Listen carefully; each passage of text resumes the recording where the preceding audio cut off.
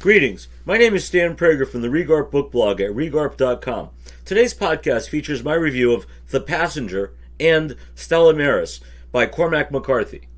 Imagine if God, or Gary Larson, had an enormous mayonnaise-shaped jar at his disposal and stuffed it chock full of the collective consciousness of the greatest modern philosophers, psychoanalysts, neuroscientists, mathematicians, physicists, quantum theoreticians, and cosmologists, then lightly dusted it with a smattering of existential theologians, eschatologists, dream researchers, and violin makers, before tossing in a handful of race car drivers, criminals, salvage divers, and performers from an old-time circus sideshow. And next, layered it with literary geniuses, heavy on William Faulkner and Ernest Hemingway, for perhaps a dash of Haruki Murakami and just a smidge of Dashiell Hammett, before finally tossing in Socrates, or at least Plato's version of Socrates, who takes Plato along with him because, love him or hate him, you just can't peel Plato away from Socrates.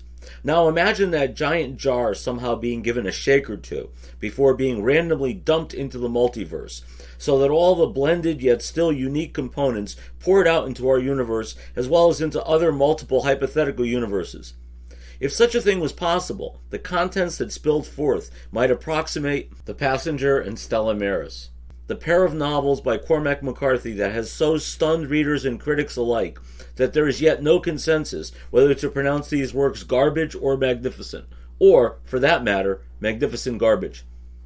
The 89-year-old McCarthy, perhaps America's greatest living novelist, released these companion books in 2022 after a 16-year hiatus that followed publication of The Road, the 2006 post-apocalyptic sensation that explored familiar Cormac McCarthy themes in a very different genre, employing literary techniques strikingly different from his previous works, and in the process finding a whole new audience. The same might be said to some degree of the novel that preceded it just a year earlier, No Country for Old Men, another clear break from his past that was, after all, a radical departure for readers of, say, the Border Trilogy, and his magnum opus, Blood Meridian, which to my mind is not only a superlative work, but truly one of the finest novels of the 20th century.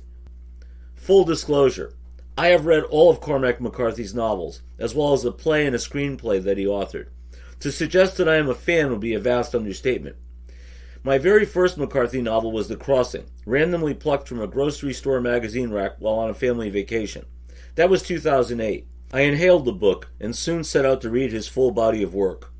The Crossing is actually the middle volume in the Border Trilogy, preceded by All the Pretty Horses and followed by Cities of the Plain, which collectively form a near-Shakespearean epic of the American Southwest and the Mexican borderlands in the mid-20th century, which yet retain a stark primitivism barely removed from the milieu of Blood Meridian, set a full century earlier. The author's style, in these sagas and beyond, has at times by critics been compared with both Faulkner and Hemingway, both favorably and unfavorably. But the McCarthy voice is distinctive and hardly derivative. There is indeed the rich vocabulary of a Faulkner or a Styron that adds a richness to the quality of the prose, even as it challenges readers to sometimes seek out the dictionary app on their phones. There is also a magnificent use of the objective correlative, made famous by Hemingway and later in portions of the works by Gabriel Garcia Marquez, which evokes powerful emotions from inanimate objects. For McCarthy, this often manifests in the vast, seemingly otherworldly geography of the Southwest. McCarthy also frequently makes use of Hemingway's polysyndetic syntax that adds emphasis to sentences through a series of conjunctions. Most noticeable for those new to Cormac McCarthy is his omission of most traditional punctuation, such as quotation marks, which often improves the flow of the narrative, even as it sometimes lends to a certain confusion in long dialogues between two characters that span several pages. The Passenger opens with the prologue of a Christmas Day suicide that must be recited in the author's voice as an underscore to the beauty of his prose. It had snowed lightly in the night, and her frozen hair was gold and crystalline, and her eyes were frozen cold and hard as stones. One of her yellow boots had fallen off and stood in the snow beneath her. The shape of her coat lay dusted in the snow where she dropped it, and she wore only a white dress, and she hung among the bare gray poles of the winter trees, with her head bowed and her hands turned slightly outward, like those of certain ecumenical statues, whose attitude asks that their history be considered, that the deep foundation of the world be considered, where it has its being in the sorrow of her creatures. The hunter knelt and stowed his rifle upright in the snow beside him. He looked up into those cold, enameled eyes glinting blue in the weak winter light. She had tied her dress with a red sash so that she'd be found, some bit of color in the scrupulous desolation, on this Christmas Day. With a poignancy reminiscent of the funeral of Peyton Loftus, also a suicide, in the opening of William Styron's Lie Down in Darkness, the reader here encounters whom we later learn is Alicia Western, one of the two central protagonists in The Passenger and its companion volume, who, much like Peyton in Styron's novel, haunts the narrative with chilling flashbacks.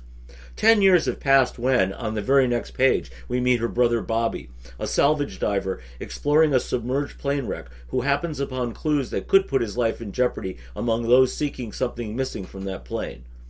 Bobby is a brilliant intellect who could have been a physicist, but instead spends his life chasing down whatever provokes his greatest psychological fears. In this case, the terror of being deep underwater has driven him to salvage work in the oceans. Bobby is also a rugged and resourceful man's man, a kind of Llewellyn Moss from No Country for Old Men, but with a much higher IQ.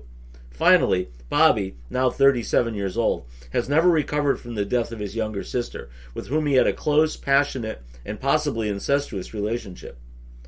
Also integral to the plot is their now deceased father, a physicist who was once a key player in the Manhattan Project that produced the first atomic bombs that obliterated Hiroshima and Nagasaki.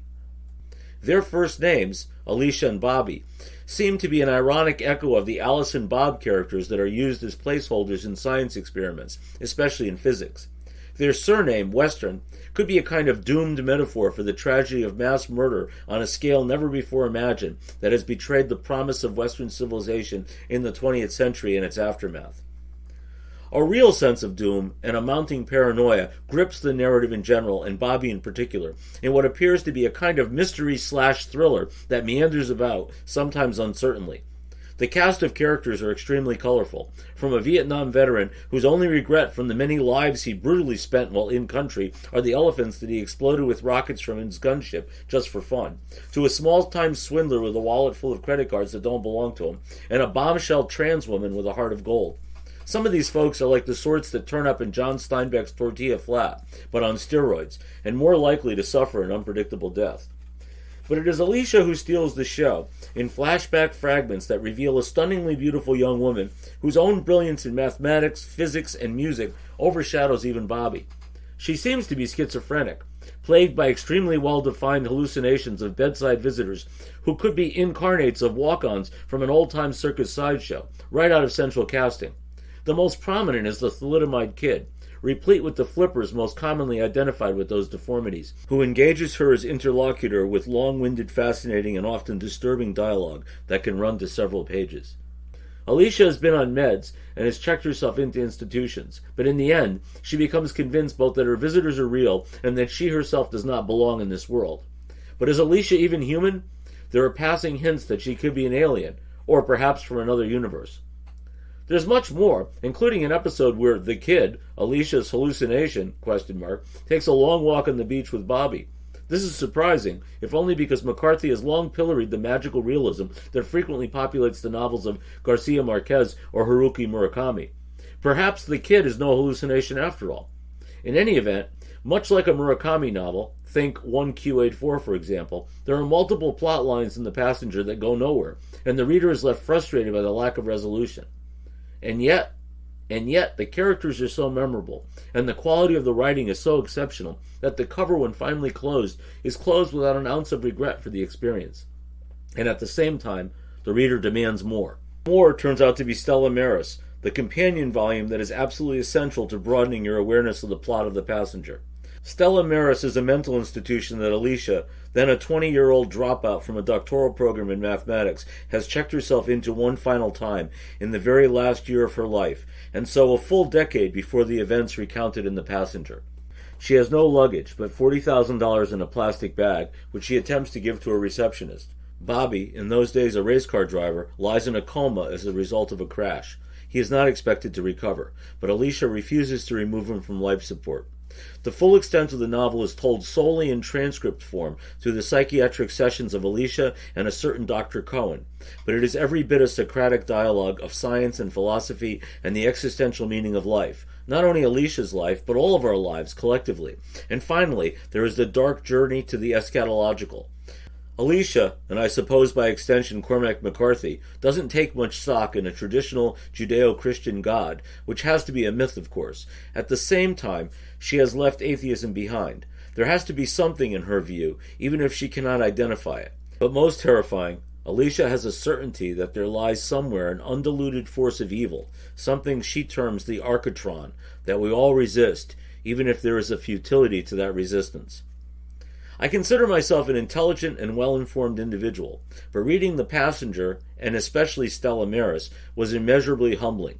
I felt much as I did the first time that I read Faulkner's The Sound and the Fury, and even the second time that I've read Gould's Book of Fish by Richard Flanagan, as if there are minds so much greater than mine that I cannot hope to comprehend all that they have to share, but yet I can take full pleasure in immersing myself in their work.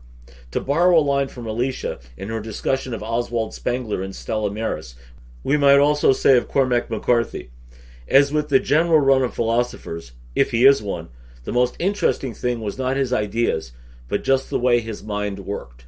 Thank you for joining me for today's podcast. I encourage you to download it and share it in your network. Many more reviews on an eclectic array of fiction and nonfiction books are available at Regarp.com and RegarpBookblogPod.com. Have a great day.